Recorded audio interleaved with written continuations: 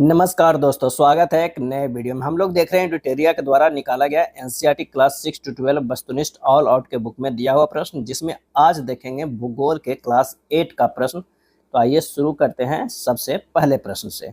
पहला प्रश्न क्या कह रहा है कि सभी संसाधनों को हमेशा एक आर्थिक मूल्य होता है, सही कथन बताना है। दूसरा है पेटेंट से तात्पर्य किसी विचार अथवा आविष्कारक पर एकमात्र अधिकार से है, और इसका सही आंसर हो जाएगा कि सही कथन बी है, केवल 2 है। मूल्य का अर्थ महत्व होता है। कुछ संसाधनों का आर्थिक मूल्य होता है जबकि कुछ संसाधनों का आर्थिक मूल्य नहीं होता है। उदाहरणार्थ की अगर बात किया जाए तो धातुओं की आर्थिक मूल्य होती है, लेकिन एक मनोरम भूदृश्य का जो है आर्थिक मूल्य नहीं होता है। परंतु ये दोनों संसाधन जो है महत्वपूर्ण है और मनुष्यों की आवश्यकताओं को पूरा करते हैं। पेटेंट इसका तात्पर्य किसी विचार अथवा आविष्कार पर एकमात्र अधिकार से है।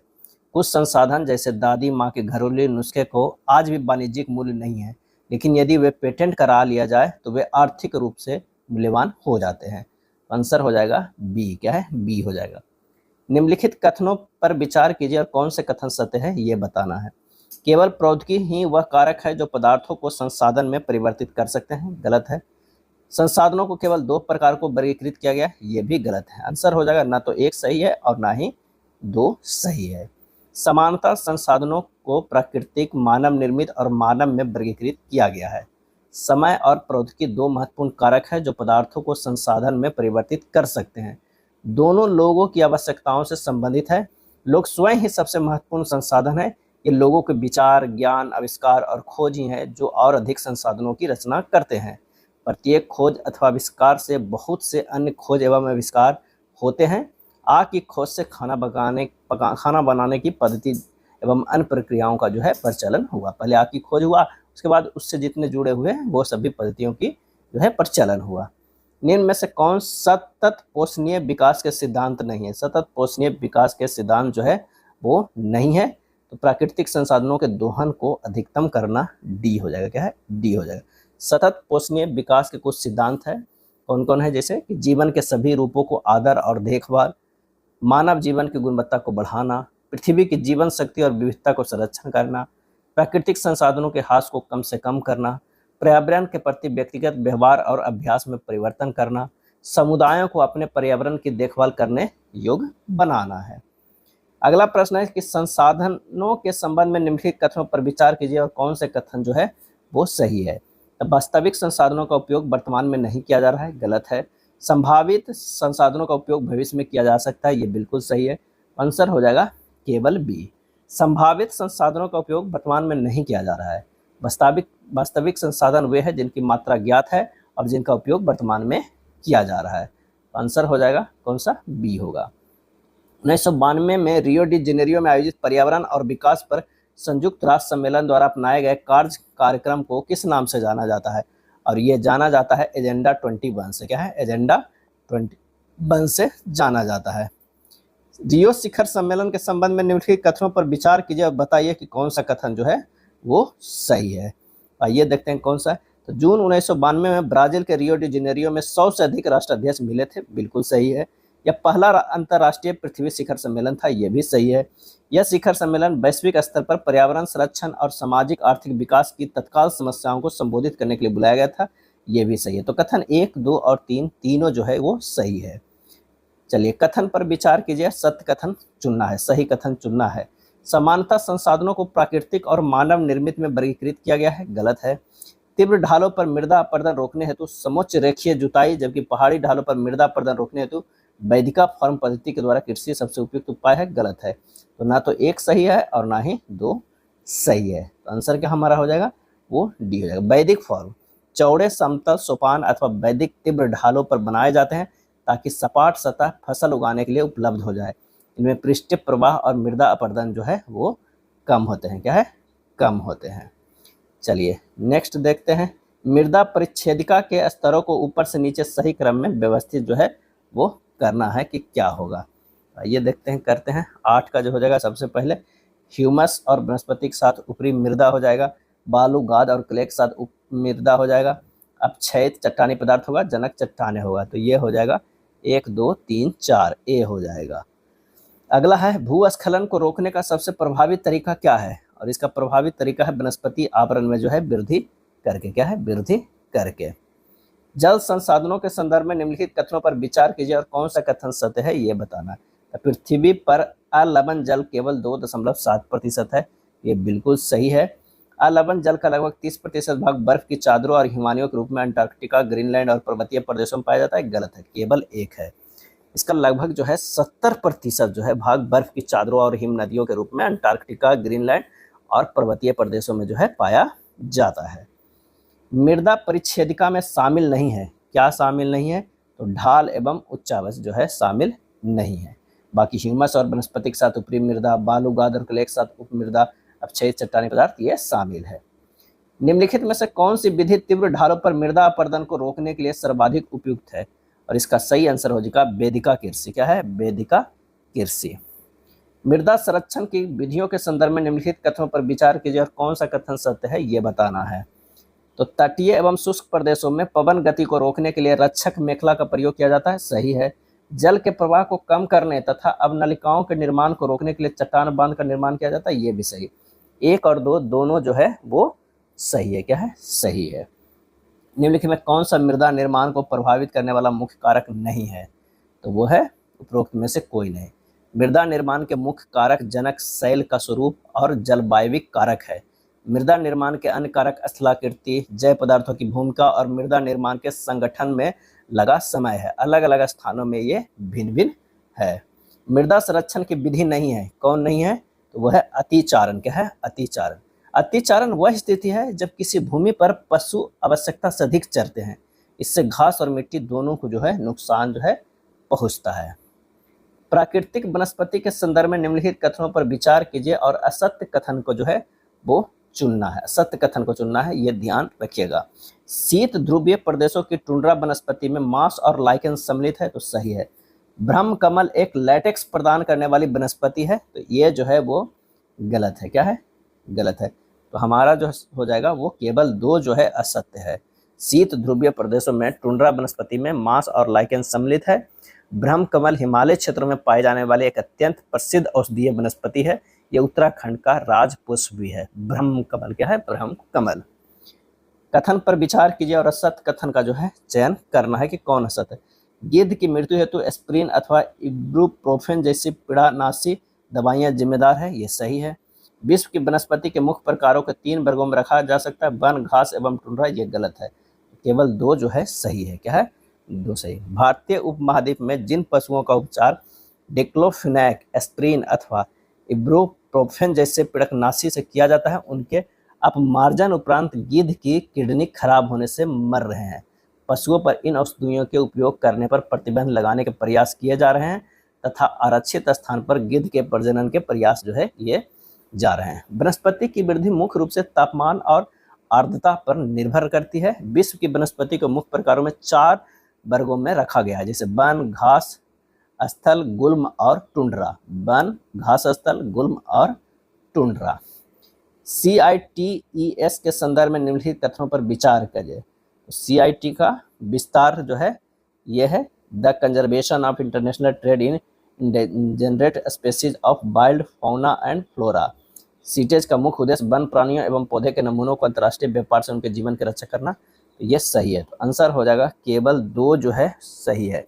CITES का फुल फॉर्म है the convention of international trade in endangered species of wild fauna and flora.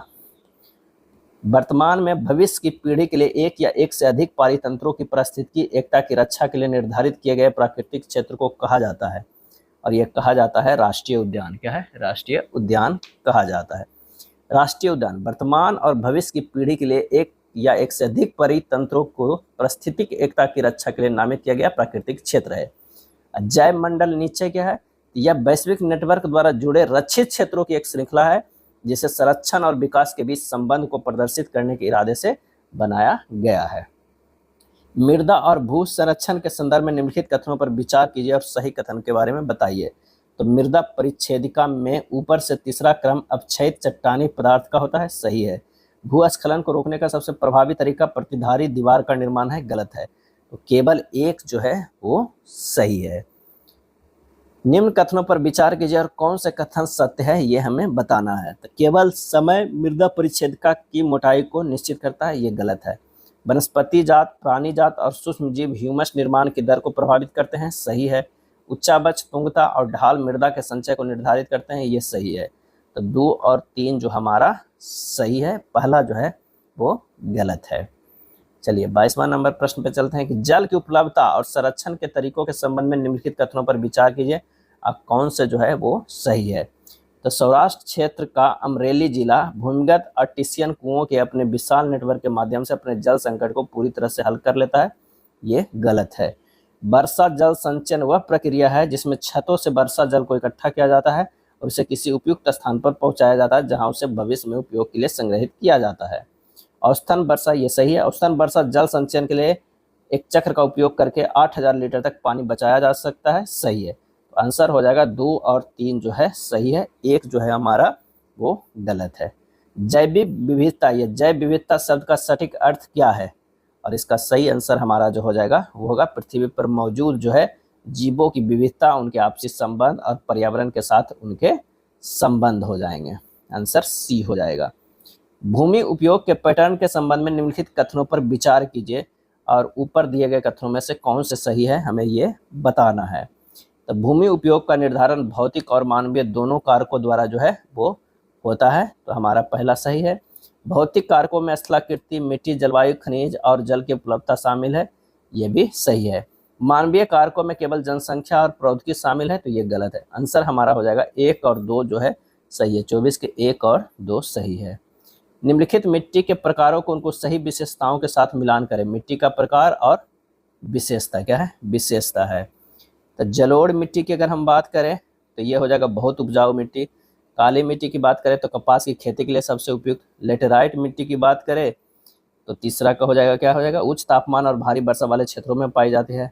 लाल मिट्टी की बात करें तो इसमें लोहे की मात्रा अधिक होती है। आंसर हो जाएगा ए हो जाएगा। निम्न कथनों पर विचार कीजिए और असत्य कथन का चयन करें। क्या है, असत्य कथन का जो है चयन करें। तो लैटिन शब्द एगर का अर्थ मृदा होता है, क्या है, मृदा होता है, तो ये जो है गलत है। बी निर्माण प्राथमिक क्रियाओं के अंतर्गत शामिल है, तो ये सही। आंसर हो जाएगा केवल 2, क्या है, केवल 2। एग्रीकल्चर शब्द की उत्पत्ति लैटिन शब्द एगर या एग्री जिसका अर्थ मृदा और कल्चर जिसका अर्थ कृषि करने से हुई है, क्या है, हुई है। प्राथमिक क्रियाओं के अंतर्गत उन सभी क्रियाओं को शामिल किया जाता है जिनका संबंध प्राकृतिक संसाधनों के उत्पादन और निष्कर्षण से है। कृषि, मत्स्य और संग्रहण इनके अच्छे जो है उदाहरण है। कृषि के विभिन्न प्रकारों के संदर्भ में निम्नलिखित कथनों पर विचार कीजिए और सत्य कथन क्या है वो हमें बताइए।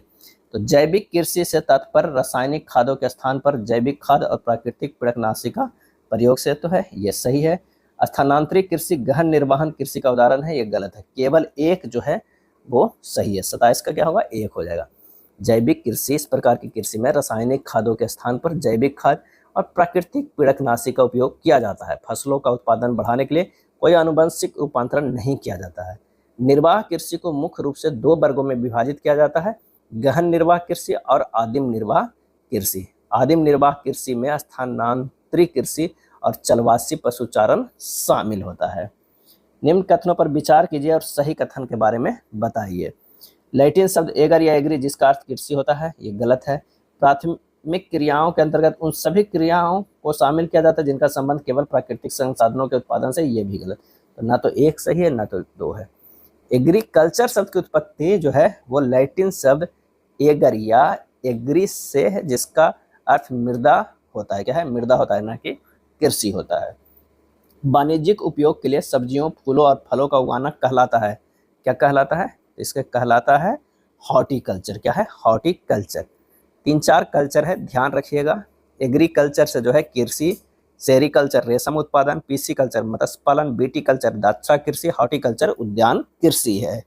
अगला प्रश्न है कि डेयरी फार्मिंग के संबंध में निम्नलिखित कथनों पर विचार कीजिए। ऊपर दिए गए कथनों में कौन सा जो है सही है ये बताइए। तो डेयरी फार्मिंग मुख्य रूप से शहरी और औद्योगिक केंद्रों के पास की जाती है, बिल्कुल सही। यह किसानों, दूध विक्रेताओं और व्यापारियों को रोजगार प्रदान करती है, तो ये भी जो है सही है। डेयरी पशुओं को केवल कृषि कार्यों के लिए पाला जाता है, ये गलत है। तो केवल 1 और 2 जो है वो सही है। निम्नलिखित में कौन सी कृषि पद्धति जो है सही ढंग से समझाई गई है ये हमें बताना है। तो फसल चक्र का अर्थ है मिट्टी की उर्वरता बनाए रखने के लिए बारी बारी से अलग अलग फसलों को उगाना है, उसे फसल चक्र कहते हैं। आंसर हमारा सी हो जाएगा। रेशेदार फसलों और नकदी फसलों के संबंध में निम्नलिखित कथनों पर विचार कीजिए। ऊपर दिए गए कथनों में कौन सा जो गलत है ये हमें बताना है कि कौन सा गलत है। तो जूट और कपास रेशेदार फसलें हैं, तो ये सही है। रेशेदार फसलें मुख्य रूप से प्राकृतिक रेशे प्राप्त करने के लिए उगाई जाती है, सही है। चाय, कॉफी और गन्ना खाद्य फसलों का उदाहरण है, गलत है। तो केवल 3 जो है वो सही है। चाय, कॉफी, गन्ना जो है नकदी फसल है। क्या है? नकदी फसलों के कुछ उदाहरण है। निम्नलिखित में से कौन सी कृषि पद्धति एक ही जमीन के टुकड़े पर फसल उगाने और पशुपालन को सही ढंग से जो है वो जोड़ती है? और इसका सही आंसर हो जाएगा मिश्रित खेती। क्या है? मिश्रित खेती हो जाएगा। निम्न कथनों पर विचार कीजिए, सही कथन के बारे में बताइए। तो मुख्य औद्योगिक प्रदेश अधिकांशतः उष्णकटिबंधीय क्षेत्रों, समुद्री पत्तनों के समीप और विशेष तौर पर कोयला क्षेत्रों के निकट स्थित होते हैं। यह गलत है। भोपाल गैस त्रासदी की घटना 2 दिसंबर 1984 ईस्वी को हुआ था, तो ये भी जो है वो गलत है। क्या है? गलत है। 3 दिसंबर 1984 को, 3 दिसंबर 1984 को जो है हुआ था, लगभग जो है कितना, तो 12:30 बजे रात को। क्या है? साढ़े रात को हुआ था। तो आंसर हमारा 34 को हो जाएगा डी। ना तो 1 सही है, ना तो 2 सही है। निम्न में से किन उद्योगों को सनराइज उद्योग कहा जाता है? सनराइज उद्योग जो है कहा जाता था। सूचना प्रौद्योगिकी सही है, स्वास्थ्य सेवा, आतिथ्य और ज्ञान, ये चारों। तो उपयुक्त में से जो है सभी हो जाएगा। क्या है? सभी हो जाएगा। निम्न कथनों पर विचार कीजिए और सही कथन के बारे में हमें बताइए कि कौन सा है। तो प्रगलन एक ऐसी प्रक्रिया है जिसमें धातुओं को उसके अयस्कों द्वारा गलनांक बिंदु से कम तपाकर निष्कर्षित किया जाता है। तो ये जो है वो गलत है।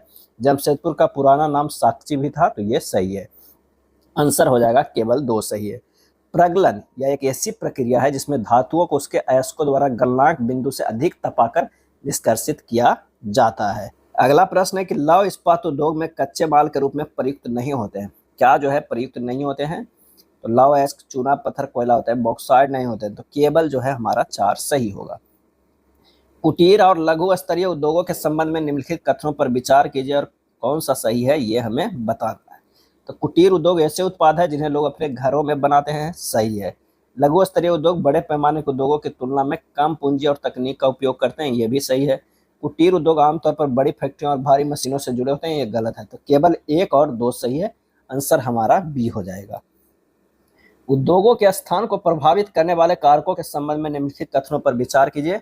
ऊपर दिए गए कथनों में कौन सा सही है ये हमें बताना है। तो उद्योगों के स्थान को प्रभावित करने वाले कारक हैं कच्चे माल की उपलब्धता, भूमि, जल, श्रम, शक्ति, पूंजी, परिवहन और बाजार, ये सही है। 40 का पहला सही है। प्रदूषण को कम करने के लिए उद्योगों को परिवहन सुविधाओं से दूर स्थापित किया जाता है, गलत है। औद्योगिकरण से शहरीकरण को बढ़ावा मिलता है, ये सही है। आंसर हो जाएगा 1 और 3 जो है वो सही है। क्या है? 1 और 3। वे उद्योग जो उपभोक्ताओं द्वारा सीधे उपयोग के लिए वस्तुओं का उत्पादन करते हैं कहलाते हैं, क्या कहलाते हैं? उपभोक्ता उद्योग। क्या है? उपभोक्ता उद्योग। विनिर्माण उद्योग के संबंध में निम्नलिखित में से कौन सा जोड़ा जो है सही सुमेलित है? तो वन आधारित उद्योग कच्चे माल के रूप में वन उत्पादकों का उपयोग करके उत्पादन करना।